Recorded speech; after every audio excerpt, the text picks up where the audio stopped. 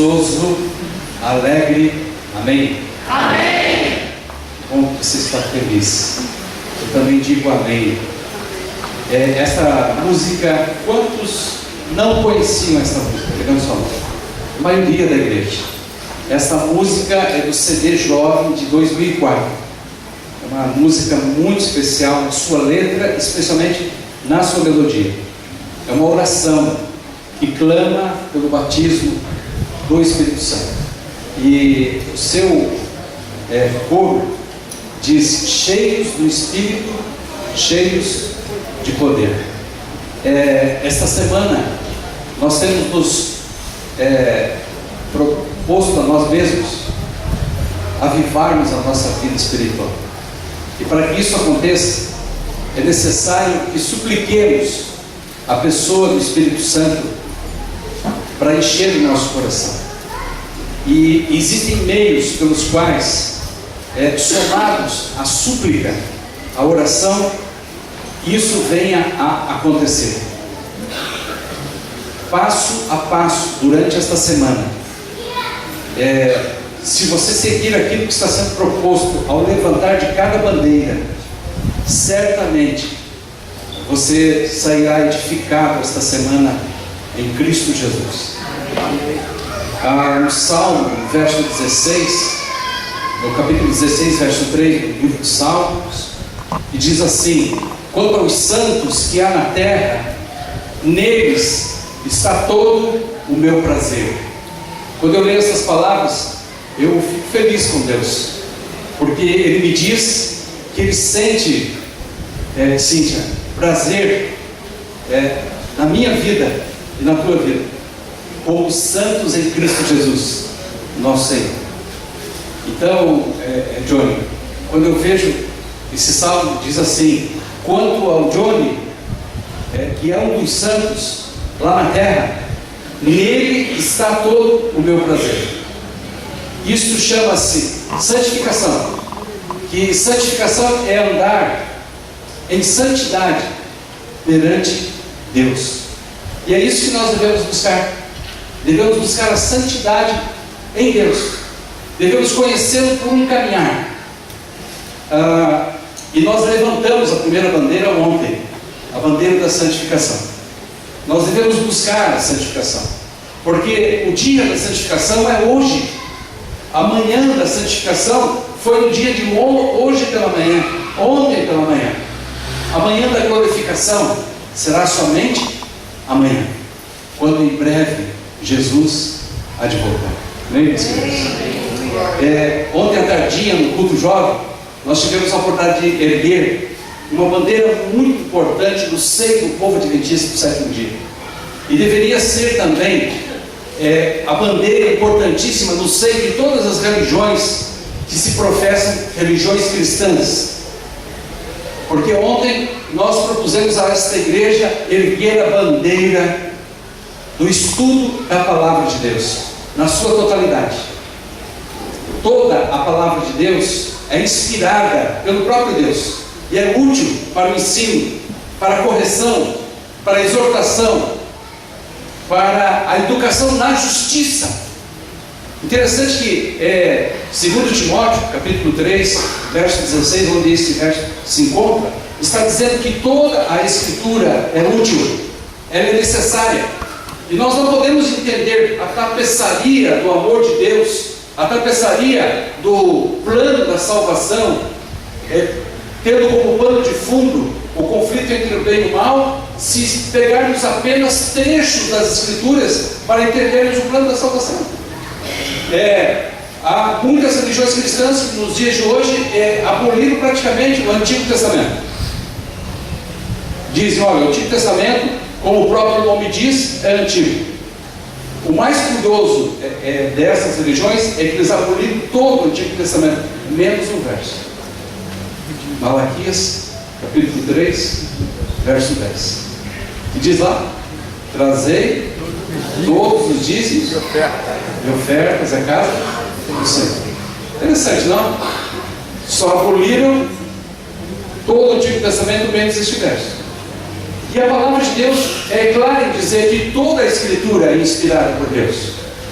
Em contrapartida, se todo o Novo Testamento, por essas denominações, fosse usado plenamente, até que haveria um consenso.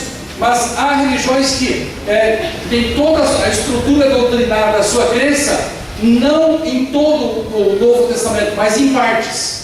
E qualquer dia você vai ouvir um evangelista qualquer pregando mais ou menos assim. Vamos abrir a palavra de Deus em João, capítulo 3, verso 17, versículo 1.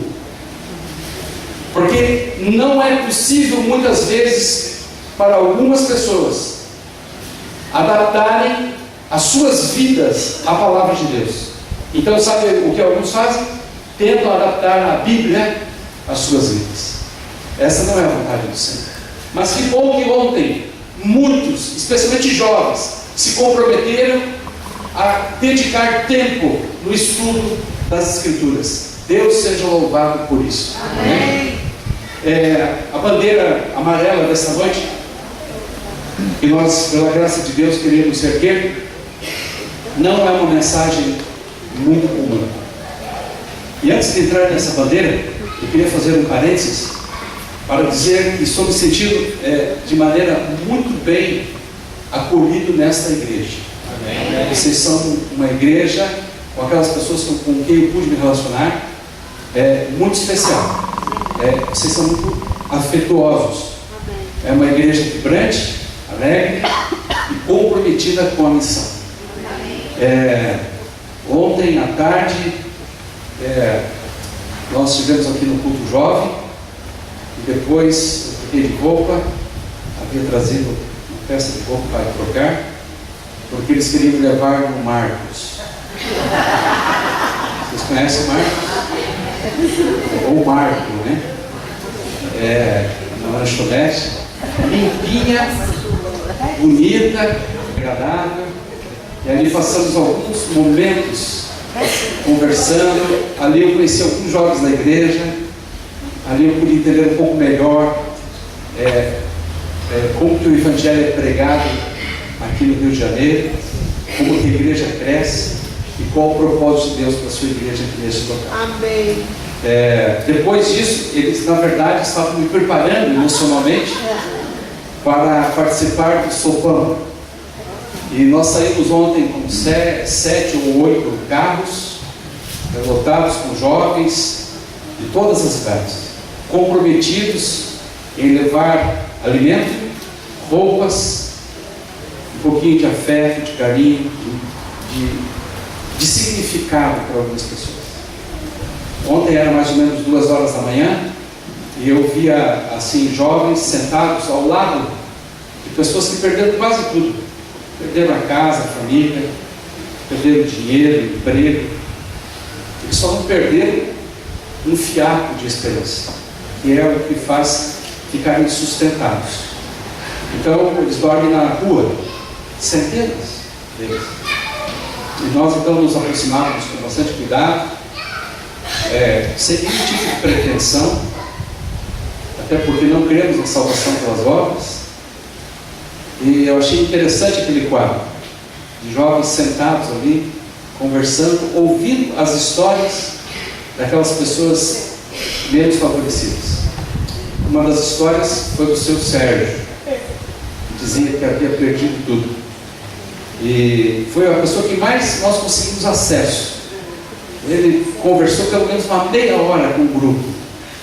E ao lado do Sérgio tinha uma outra pessoa, um senhor deitado, também se chamava Sérgio. Lá adiante, um outro senhor. E começou a contar a história para uma moça que estava conosco. E ela ficou ouvindo aquela história e de repente ela desabou a chorar. Não sei se ela está aqui essa noite, mas eu sei que foi realmente muito especial aquele encontro nessa madrugada. Depois, no dia de hoje, eu juntei aquilo que sobrou de mim, porque eu tive que dormir às 3 e pouco da manhã, e voltei para cá porque nós tínhamos que doar sangue. E nós tivemos ali mais ou menos 25 pessoas doando seu sangue, dos 30 que se comprometeram. É claro que numa campanha dessa nunca temos 100% de adesão. E dos 25, eu creio que uns 17 ou 18 puderam doar o seu sangue. Existem algumas restrições, né? Uma malha fina antes que você doe o seu sangue. Eu caí nessa malha fina. Eu infelizmente não pude doar o meu sangue tão precioso. Eu me sentia assim um pouco rejeitado, mas nada que uma semana inteira não cure isso. Na verdade, estou brincando. Eu não podia realmente doar o meu sangue. Mas é tão bom ver esse envolvimento. Por que as pessoas doam sangue? Por que as pessoas vão levar sopa no meio da madrugada? Por que as pessoas convidam outras a virem à igreja? Por que as pessoas trazem as suas ofertas à igreja? Por um só objetivo: apressar a volta do Senhor Jesus Cristo a este mundo. Amém. Em glória e majestade. Amém. Nós cremos nisso. Aleluia. Nós cremos nisso. Por isso eu conclamo esta igreja que continuemos marchando. Deus tem um plano especial para esta igreja no fim dos tempos. Amém. Queridos, a mensagem dessa noite, como eu havia dito a vocês, ela não é uma mensagem muito palatável, muito saborosa. João também não tinha uma mensagem muito saborosa. João Batista, ele tinha uma mensagem de reformador. E a sua mensagem poderia ser resumida em meia dúzia de palavras. A mensagem dele para uma igreja da sua época era mais ou menos o seguinte: arrependei-vos, raça de víboras. Vocês não acham pesado essa mensagem? Talvez no contexto espiritual, bíblico, teológico, histórico, filosófico, existencial da época, não fosse tão pesado.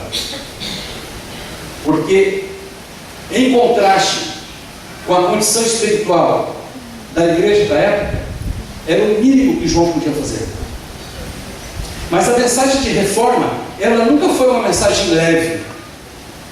E eu queria dizer a vocês, queridos, que esta igreja, ela está comprometida, pelo menos na sua base teológica, bíblica e filosófica, a partir de algum tempo atrás, a pregar uma mensagem de avivamento e de reforma. A maior necessidade da igreja hoje é de um verdadeiro avivamento, um verdadeiro reavivamento do seio do povo de Deus, e de uma reforma piedosa no seio do coração. Cristo tem ocupado muito pouco o nosso pensamento, e o mundo tem ocupado demais. Quando eu penso que isso foi escrito há 120 anos atrás, eu penso que o mundo mudou de lá para cá. Mas o Senhor veio para buscar os seus, amém? Amém. E nessa noite eu gostaria que você abrisse a sua Bíblia no Evangelho de Mateus. E se você tiver alguém ao seu lado que esteja sem a palavra de Deus, você não sabe o que fazer, não? Você pode dar uma olhadinha assim, de canto de olho. Você confere que a pessoa está sem a Bíblia. Você pega a sua Bíblia, dá um sorrisinho e diz assim: vamos partilhar?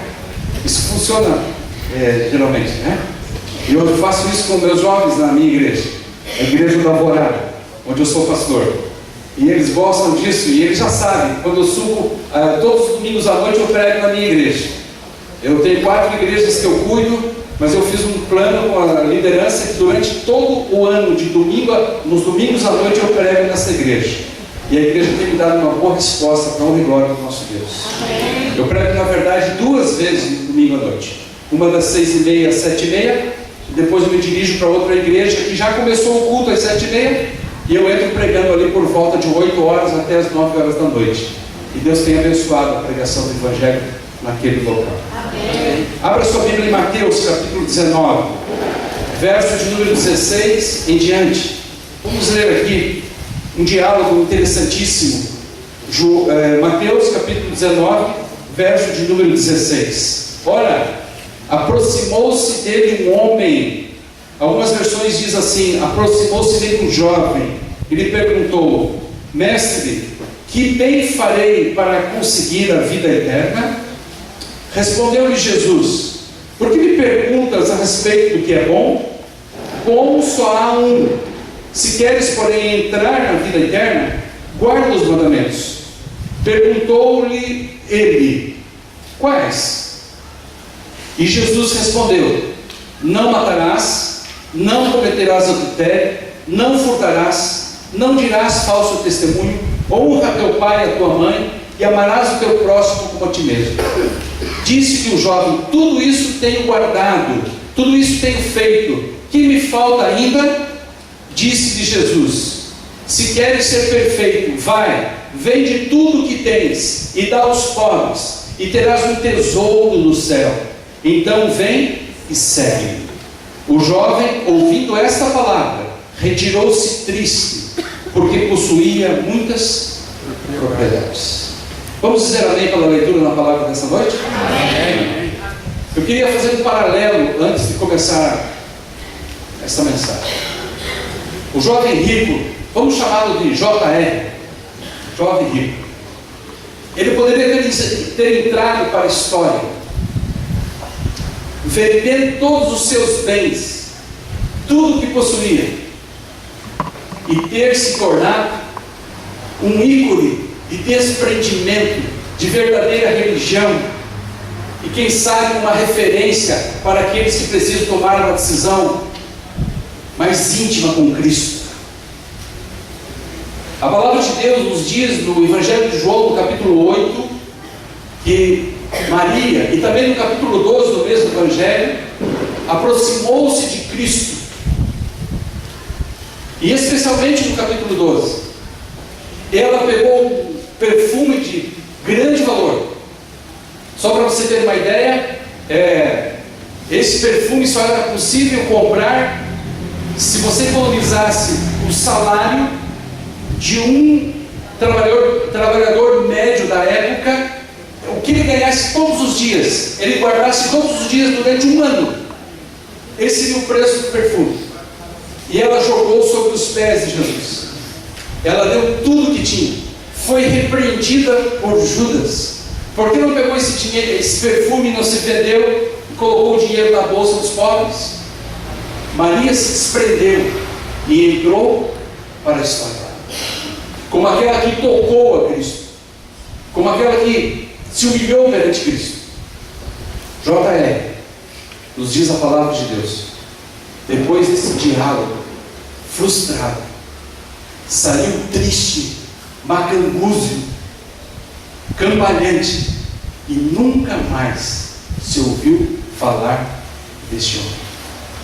Você observou no texto que quando o jovem rico se aproxima de Jesus, ele se aproxima com algumas perguntas, e perguntas importantes. Ele diz assim: mestre, o que devo fazer para herdar a vida eterna? E antes de Jesus responder, Jesus faz um adendo: por que você me chama de bom?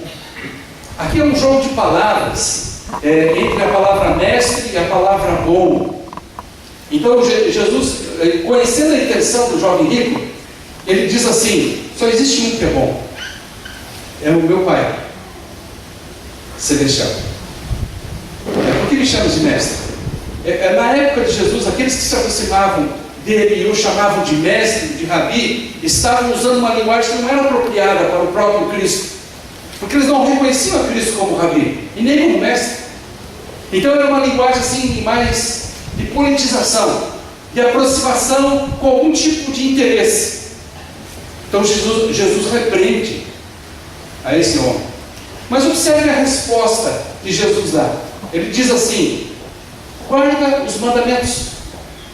E aí ele faz uma nova pergunta. Você lembra qual a pergunta que ele faz? Você lembra? Falta mais. Eu vou perguntar novamente, você responde, a gente cria um clima, etc. Então, Jesus está entendendo o diálogo, e Jesus fala para aquele jovem: você deve guardar os mandamentos. E você se lembra qual foi a resposta do jovem? Quais os mandamentos? Aí está uma igreja aqui, estuda a palavra de Deus, parabéns.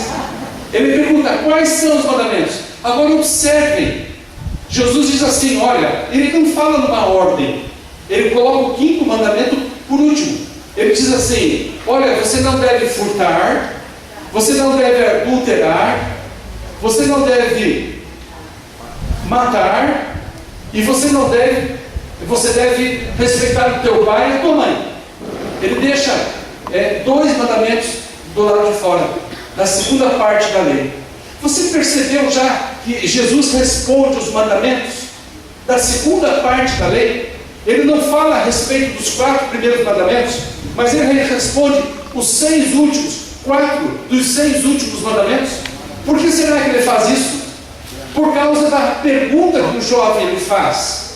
A pergunta é assim: Milena, o que é que eu devo fazer? E aqui está então, meus queridos, o grande problema do cristianismo moderno. Nós achamos que podemos fazer alguma coisa em prol da nossa salvação. Nós não podemos fazer absolutamente nada. A nossa justiça, ela é uma justiça limitadíssima. Esse jovem era um jovem judeu. Esse era um jovem que conhecia as escrituras, o Torá. Esse jovem era um jovem religioso. Só que o seu coração não estava na religião. Ele conhecia Jeremias 29, a partir do verso 12, que diz ali que nós deveríamos dar o nosso coração, mas ele não queria dar o coração. Jesus responde com a segunda parte da lei. Sabe por quê? Porque ele achava que religião era fazer, e a mesma mania, o mesmo defeito, a mesma filosofia, o mesmo modus operandi da época judaica, e está entrando em muitas religiões, e também já entrou no meio dos arraiais adventistas, achando que nós podemos fazer alguma coisa. É a grande filosofia da sociedade pós-moderna, entre fazer e ter. Enquanto Deus está preocupado com uma coisa, em que eu e você possamos ser. Porque ser é relacionar. Ser, irmão Paulo, é ir a Cristo. É por isso que ele não responde assim: olha, você não deve ter nenhum outro Deus perante ti, que é o primeiro mandamento. Porque para não ter um outro Deus perante ti, é considerar que Deus é único. E você não pode fazer nada por isso, a não ser você crer. É por isso que ele fala assim, não farás para ti imagem de escultura. Lembra-te do dia de sábado. É por isso que ele fala, não tome meu nome em vão. São coisas que estão mais afinadas, estão mais paralelamente colocadas, espiritualmente falando, num ato de ser do que de ter. Mas eu estou usando esse texto bíblico como uma cunha, uma alavanca para entrar no assunto desta noite. Eu gostaria de falar um pouquinho nessa noite sobre Isaías, capítulo 59, verso de número 12. Gostaria que você fosse comigo até esse local das Escrituras. Isaías, capítulo 59, verso de número 12.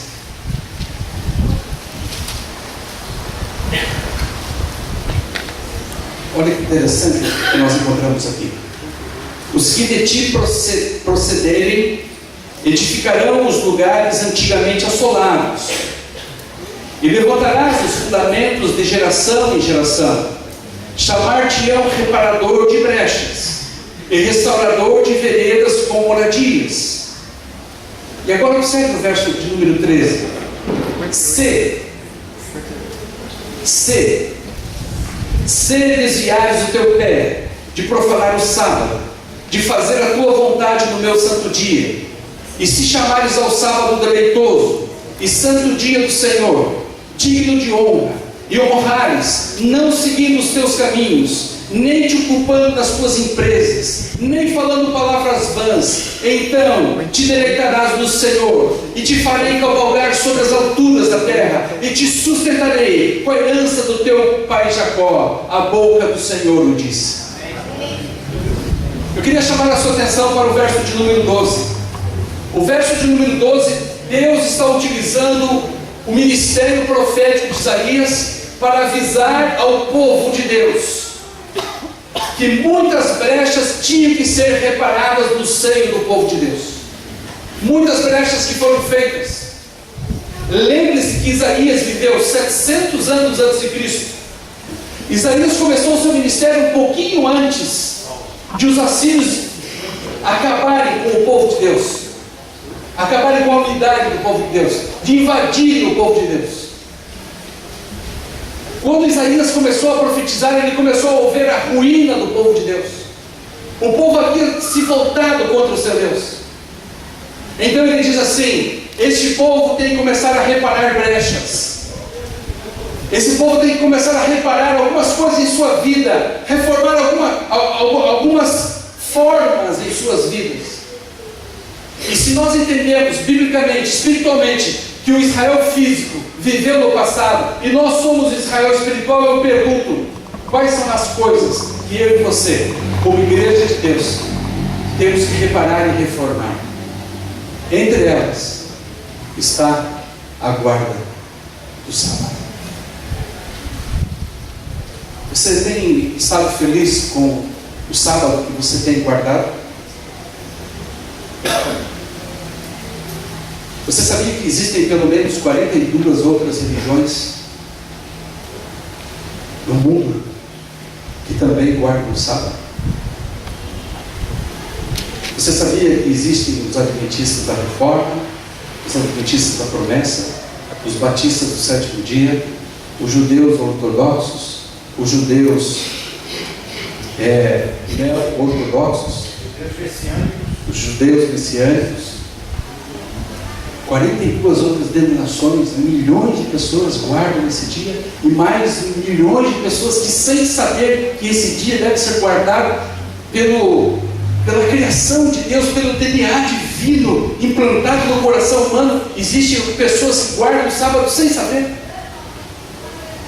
E esta verdade chegou até nós através de uma mensagem poderosa, quando esse movimento adventista do sétimo dia foi formado em pleno século XIX. Você já olhou para o ano de 1844? Interessante. Aproximadamente neste ano, 1840, 1844, 1850, 1860, existem alguns fatores sociais que acontecem, alguns eventos científicos que ocorrem paralelamente à criação do movimento adventista do sétimo dia. Um deles foi aproximadamente por aí que Charles Darwin começa a elaborar a sua teoria, a origem das espécies. É aproximadamente aí que acontece aquele toquezinho que iria rodear a Terra. Vocês sabem do que eu estou me referindo. É aproximadamente aí que começam as grandes invenções do mundo, o trem a vapor. É aí que começam a melhorar as outras invenções, como a impressão de livros, o que possibilitou então um acúmulo de impressão de Bíblias para o mundo todo. É aí que Deus começa a desvendar alguns eventos proféticos para o tempo do fim, porque 1798 iniciou-se o tempo do fim.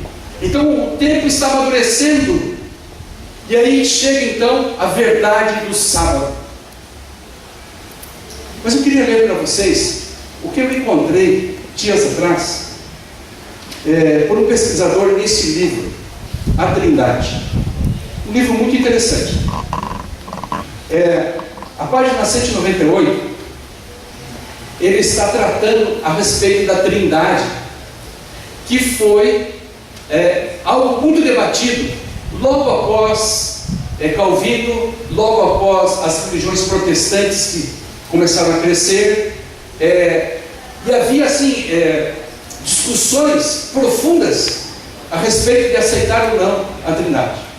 E entre muitas religiões que aceitavam ou não a Trindade, historicamente falando, havia um povo que era o chamado de anabatistas. E olha que interessante a história deste povo.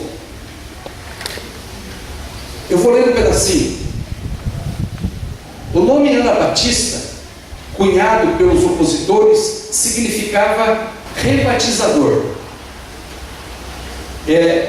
Os anabatistas se levantaram dizendo assim: olha, nós aprendemos agora que o batismo bíblico é o batismo por imersão.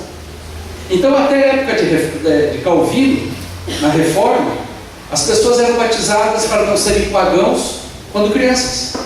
E se levantam então os anabatistas dizendo: não, nós aprendemos que o batismo bíblico é o batismo de Jesus, de João Batista, e nós temos que batizar pessoas. E olha o que acontece aqui: a lei imperial romana, século XVII, punira o rebatismo com a morte, e as nações europeias recuperaram a antiga lei para lidar com os anabatistas.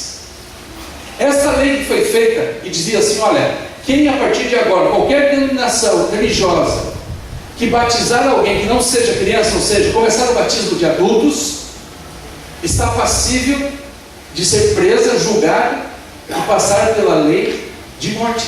E não somente a lei do batismo, mas também se não acreditasse na Trindade. O que eu quero chamar a atenção de vocês: 350 anos atrás existiu uma lei de pena de morte para quem fosse batizado, uma lei de pena de morte para quem não aceitasse a Trindade. O tempo passou, e agora observe o que o livro nos traz.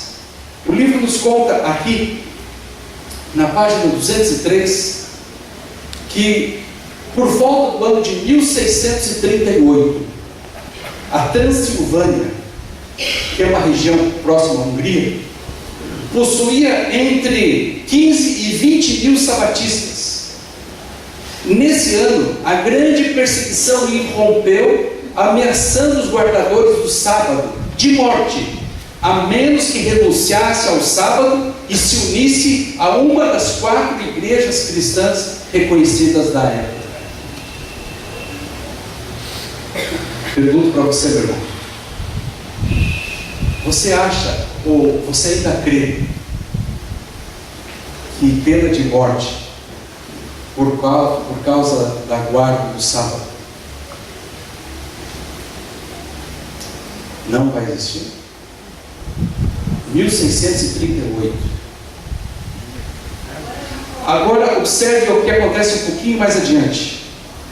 Os que professarem o cristianismo teriam que demonstrar sinceridade, ou seja, foi baixada uma lei: quem batizar adultos, quem não crer na Trindade e quem guardar o sábado vai passar pela pena de morte.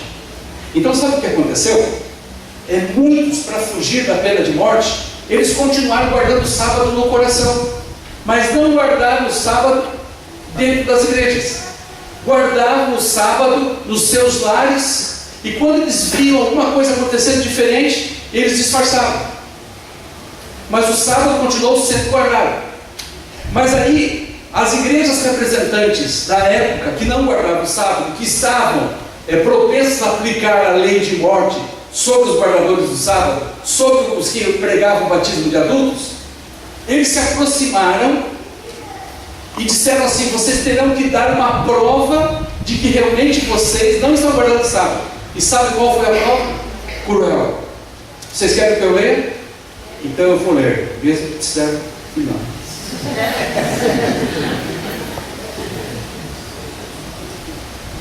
Os que professassem o cristianismo teriam de demonstrar sua sinceridade, queimando a sua própria igreja,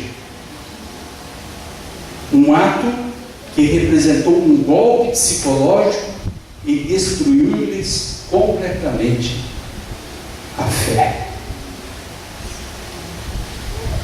Eu não sei quantos anos tem essa igreja, mas ela não é uma igreja muito nova, não. Ela tem bons anos, e ela foi construída com muito suor. Ela não foi construída como são construídas algumas igrejas modernas, onde alguns ministérios vêm, compram uma igreja e depois chamam os seus membros. Não. Se você for dar uma olhada na pedra fundamental do registro da ata da secretaria desta igreja, você vai ver o nome de pioneiros, de pessoas que se desfizeram de alguns bens para comprar tijolos, de pessoas, quem sabe, que doaram um terreno que hoje vale um bom montante e ficaram sem nada praticamente, porque tinham um ideal. Agora imaginem vocês, meus queridos, nasce um edito, nasce uma lei que diz assim: a partir de hoje essa igreja não pode abrir aos sábados. Sabe o que vai acontecer com essa igreja, meus queridos? No próximo sábado vai estar entupida de gente, vai ter gente pendurada no lustre, mas não pode abrir. Não, vamos fazer tudo às escondidas. E aí a lei chega e fala assim: você tem que dar provas de que realmente você está guardando, não está mais guardando o sábado. Vamos queimar a igreja.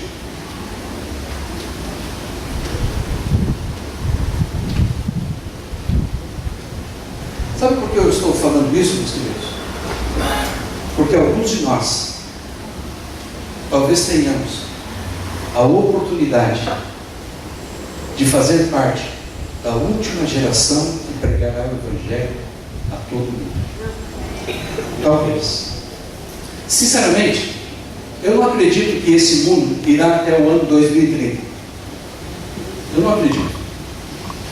Você olha para a Organização Mundial de Saúde e eles dizem que no ano 2030 não haverá água potável para todo mundo. A miséria está aumentando de tal forma que parece que as últimas 7 pragas já foram soltas. Nós estamos vivendo tempos emprestados de graça. A violência, o espírito do mal que estaria presente na humanidade já está se manifestando. Lembra-se de Paulo? 1 Timóteo capítulo 3. Saibam, porém, isso: nos últimos dias nós teríamos tempos o quê? Difíceis. Porque os homens seriam o quê? Egoístas, avarentos. Há uma palavra que me chama a atenção: atrevidos. E a mídia tem usado os homens atrevidos.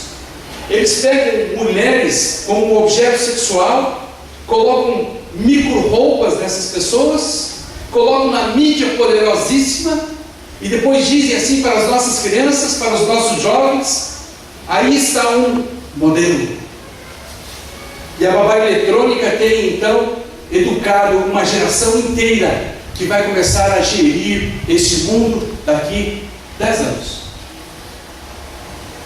Eu fico pensando como será a vida da minha filha, que daqui a 7 anos começará uma nova geração dentro da igreja. Uma geração dura 40 anos, ela vai dos 20 aos 60 anos. Antes dos 20, poucos produzem alguma coisa. Depois dos 20 até os 60, são 40 anos onde as pessoas produzem muito. Mas depois dos 60, começa a cair a linha de produção novamente. É uma geração de 40 anos. E eu fico pensando, que tipo de geração eu vou deixar para a minha filha? Que tipo de geração ela vai viver? Daqui 7 anos, ela estará com 20 anos. E ela estará então no ano 2018, ano pós-Olimpíada do Rio, 2 anos depois. Qual será o mundo? E eu fico então me perguntando: será que a minha filha fará o culto de pôr do sol? Será que a minha filha ainda devolverá o dízimo? Será que a minha filha reconhecerá a autoridade da igreja através do manual da igreja? Será que a minha filha, educada nos meandros da igreja, reconhecerá esta igreja como a igreja da profecia? Só há uma maneira de ter a certeza disso tudo. Sabe qual é? O que eu sou hoje, o que a Marcela é hoje, é o que ela será, é o que eu serei daqui 7 anos. Aonde eu quero chegar com isso? Nós estamos vivendo um tempo de graça. Nós estamos vivendo um tempo de liberdade religiosa. E parece que o sábado aguarda desses mandamentos. Aguarda deste mandamento especial. Está se esvaindo através dos vãos dos nossos dedos. Você viu o que Isaías fala?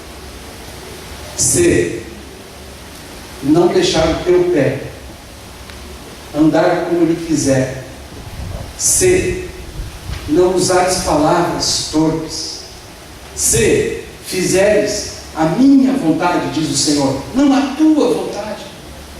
Vocês conhecem aquela historinha do irmão que está lá no acampamento, ou está lá no final de tarde, ele diz assim, no meio da tarde de sábado, ele diz assim: irmão, se não fosse sábado, você não quer vender esse carro, não? Aí o irmão diz assim: ah, se não fosse sábado, eu até podia dizer que sim. Ah, mas se não fosse sábado, irmão, quanto que vale esse carro? Ah, irmão, se não fosse sábado, eu diria para você que vale uns 20 mil. Irmão, e se não fosse sábado, o irmão aceita um outro carro? É uma anedota, né? Mas às vezes é uma pura realidade. Usamos o tempo sagrado do Senhor em tempo de graça, em tempo de liberdade religiosa, como se o tempo do sábado, o dízimo do tempo, fosse nosso. E é por isso, meus queridos, que a bandeira do sábado, em alguns lares, em alguns corações, em algumas igrejas, está caída. É por isso, meus queridos, que quando nós vemos o sábado no dia de hoje, na sociedade pós-moderna, nós temos que voltar para a história e saber como aqueles cristãos pioneiros, pais da fé, era a sua própria vida, não somente pelo sábado, mas pela Bíblia, não somente por isso, mas por uma convicção. E a pergunta que não quer calar: você está pronto para testemunhar, se preciso for, até a morte? Quantos ainda restarão depois que vier o decreto dominical? Mensagem pesada essa, não? Ela não é pesada. Ela talvez seja fora de tempo.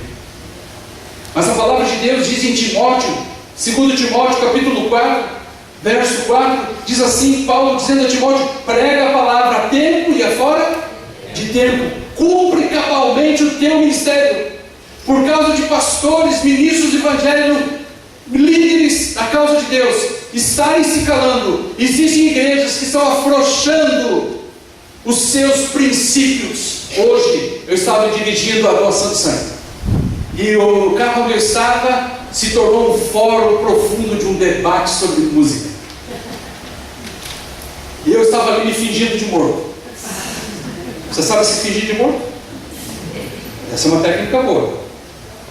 Na verdade, eu estava passando uma mensagem via celular e não peguei o início da conversa, mas eu vi que a discussão estava quente, e eu fiquei pensando: esse pessoal gosta de conversar. Aí eu perguntei para a pessoa que estava ao meu lado: qual é o início da conversa? Aí a pessoa me sintonizou: pastor, nós estamos falando sobre música. E a discussão foi muito boa. E eu observei então, meus queridos, que nós como líderes, nós como pastores, temos a responsabilidade de erguer bem alto muitas das bandeiras que estão derrubadas dentro do exército do Senhor. E se você concorda comigo, se você tem experiência, se você é um pioneiro, se você é um missionário, diga amém. Amém. Você sabia, meu querido irmão, que para nós trazermos uma pessoa ao batismo na divisão sul-americana, nós precisamos de 12 pessoas e meia. Eu não sei onde eles arranjaram esse meio, mas a estatística diz que é 12% e meio. 12 pessoas e meia para levar uma pessoa a Cristo ao batismo. Eu penso, de repente, meu querido irmão, que isso não é nem conversão, isso é uma escoação. 12 pessoas e meia para levar uma a Cristo. E sabe por que isso? Porque a igreja laodiceana está dormindo. E enquanto Efésios capítulo 5, verso 14 diz assim para a igreja: desperta, tu que dormes. Temos que nos despertar, queridos. O Senhor Jesus Cristo fala em João capítulo 9, verso 4: fazei a obra daquele que me enviou, enquanto é o quê?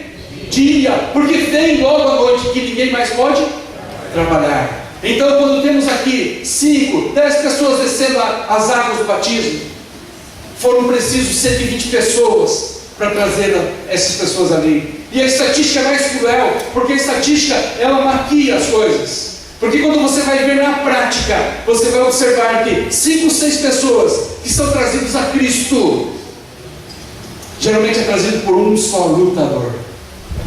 É aquele irmão renegado, é aquele irmão até meio antiquado, é aquele irmão lá que eu faço tudo. E sabe por quê? Porque a igreja está esquecendo da sua missão. Queridos, a palavra de Deus nos diz, por inferência, que se nós não voltarmos a guardar o sábado bíblico, o sábado, o 7º dia do Senhor, nós teremos que guardar outro dia. Eu só quero lembrar você que no dia 7 de março do ano 307, em um concílio, o sábado foi mudado para o domingo, através do imperador Constantino. E a partir de então, o sábado que foi guardado no primeiro, no segundo, no terceiro e no início do 4º século, ele começou a ser contemporizado, sendo guardado sábado e domingo ao mesmo tempo. E com o poder da igreja romana, o sábado começou a se perder, mas nunca esse dia deixou de ser guardado tal como Deus gostaria que fosse. Nunca, jamais. A igreja subterrânea da Idade Escura, 538 até 1798, sempre ergueu a tocha deste sábado. Mas sabe o que está acontecendo com a nossa igreja? Nós estamos afrouxando os princípios da palavra de Deus. As pessoas vêm para beber nas fontes cristalinas do evangelho que pregamos, e para contemporizar, nós vamos dando jeitinhos. Então ajeitamos um pouco o ritmo da música. Não, nós temos que ganhar aquelas pessoas lá, então vamos fazer ali um ritmo diferente. Nós temos que ganhar aquele outro grupo, então nós vamos fazer de uma outra forma. E então as pessoas vêm para ver o que Deus fez em nossas vidas.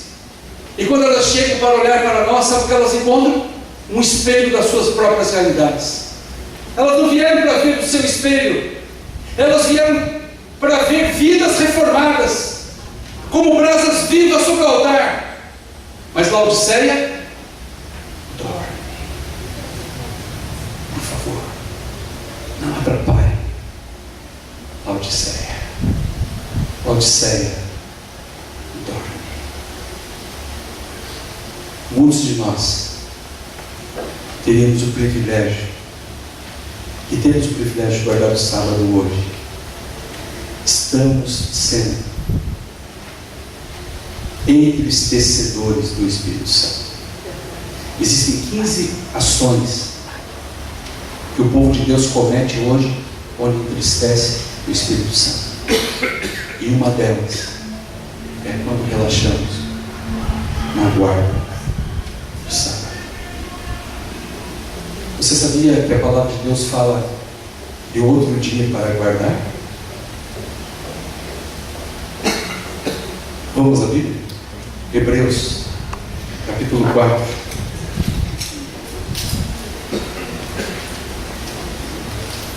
Hebreus, capítulo 4. Olha que discurso bonito do autor deste livro maravilhoso.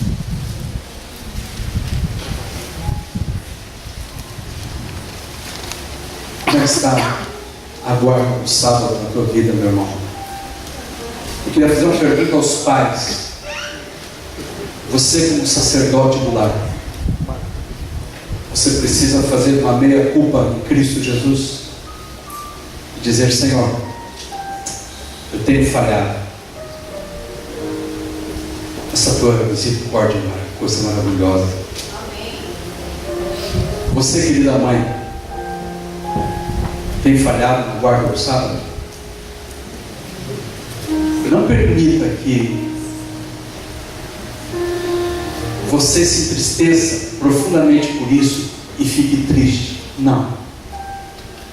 Arrependimento, contrição, é sentir tristeza por aquilo que erramos e mudar de atitude.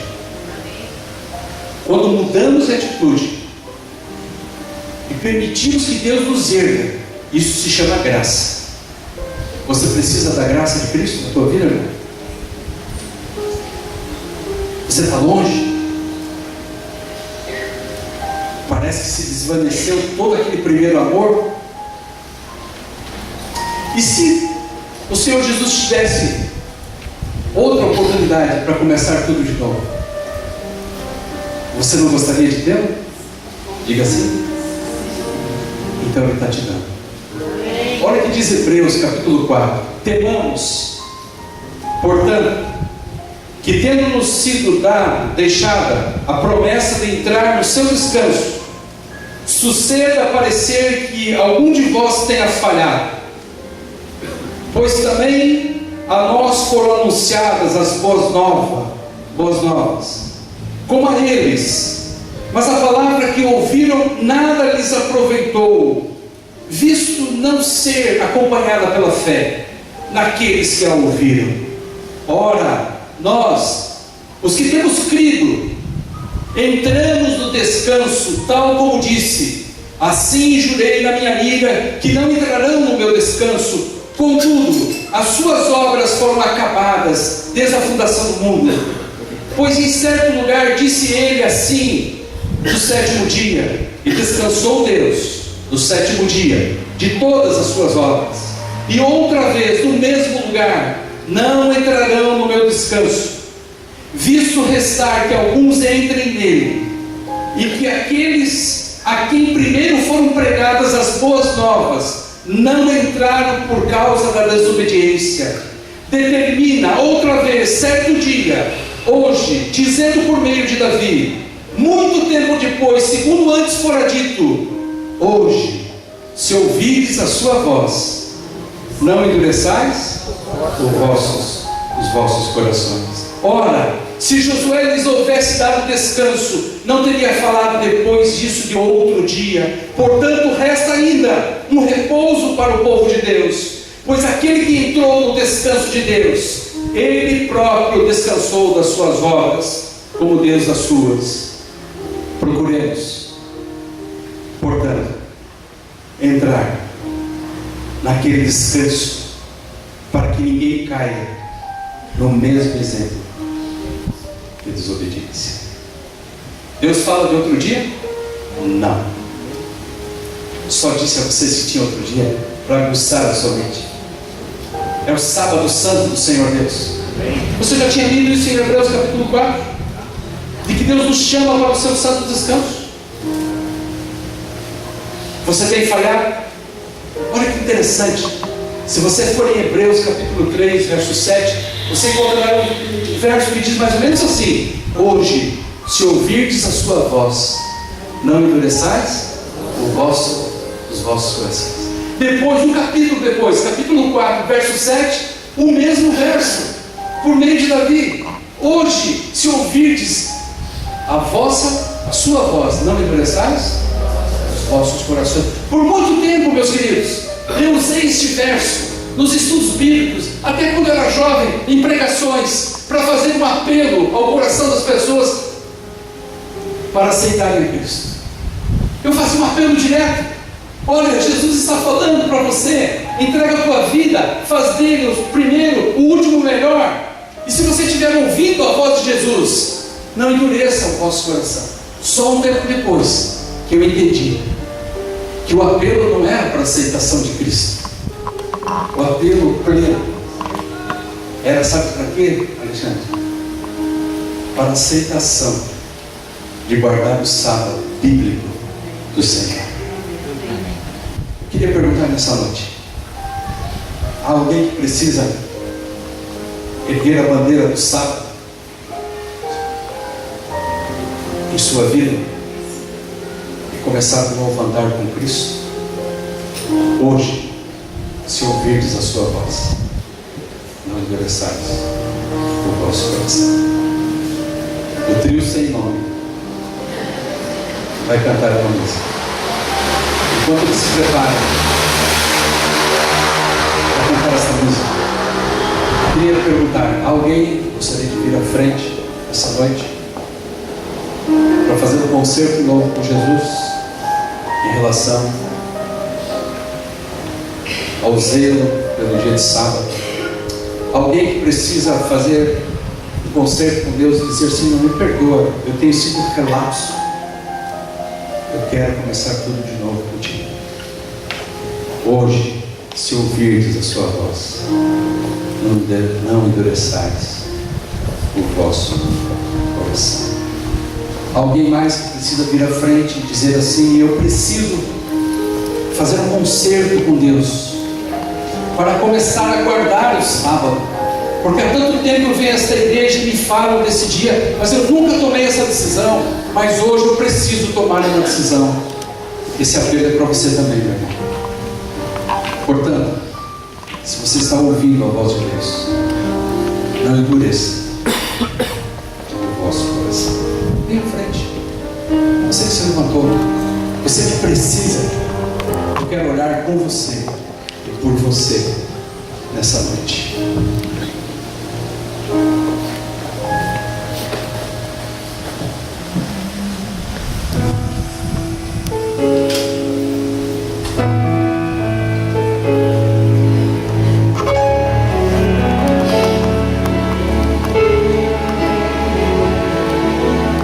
Deus é bondoso, não?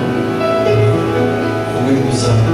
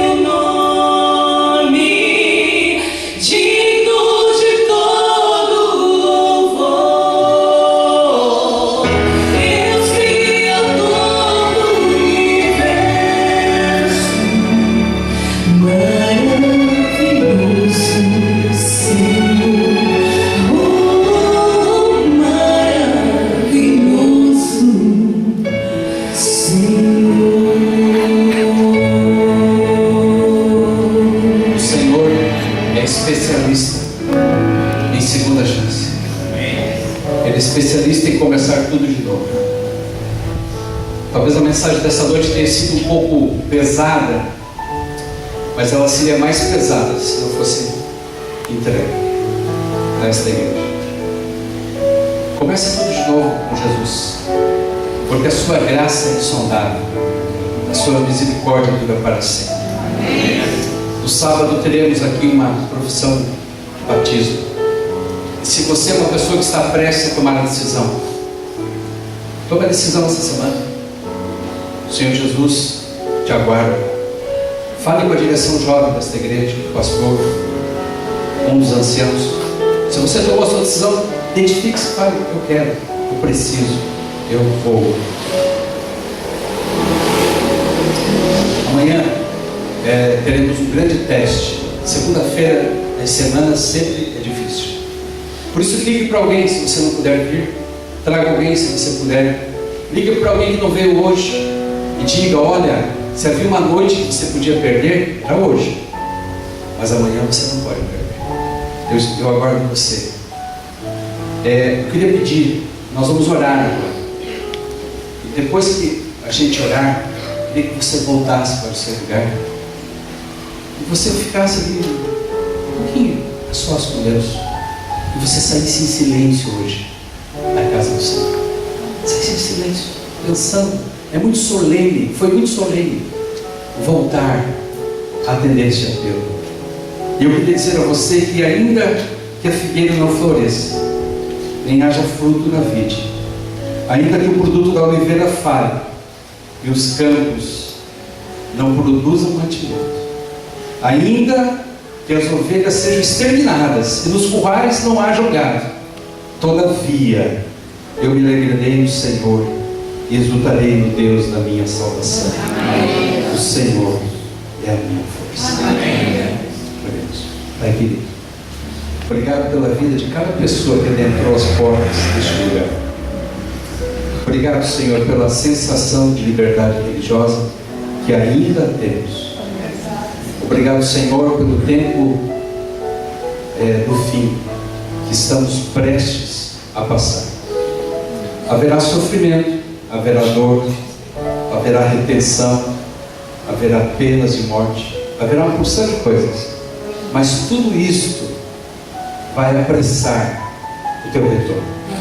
Então não haverá lágrima, nem dor, nem sofrimento, nem separação, nem morte, porque todas essas coisas passaram. Hoje erguemos a bandeira do sábado em nossas vidas. Talvez por algum outro compromisso paralelo, parte da tua igreja não pode estar presente. Mas então, Senhor, que aqueles que estiveram aqui contem aos demais do pacto que fizeram, de serem mais zelosos pela substância espiritual de 24 horas, chamada sábado, dia de descanso, o sábado bíblico do Senhor. Que a graça do Senhor Jesus, que a iluminação do Espírito Santo e que a presença de Deus o Pai se faça presente em todos, desde agora e para todos sempre. Volte para o seu lugar, fique em silêncio e saia em silêncio.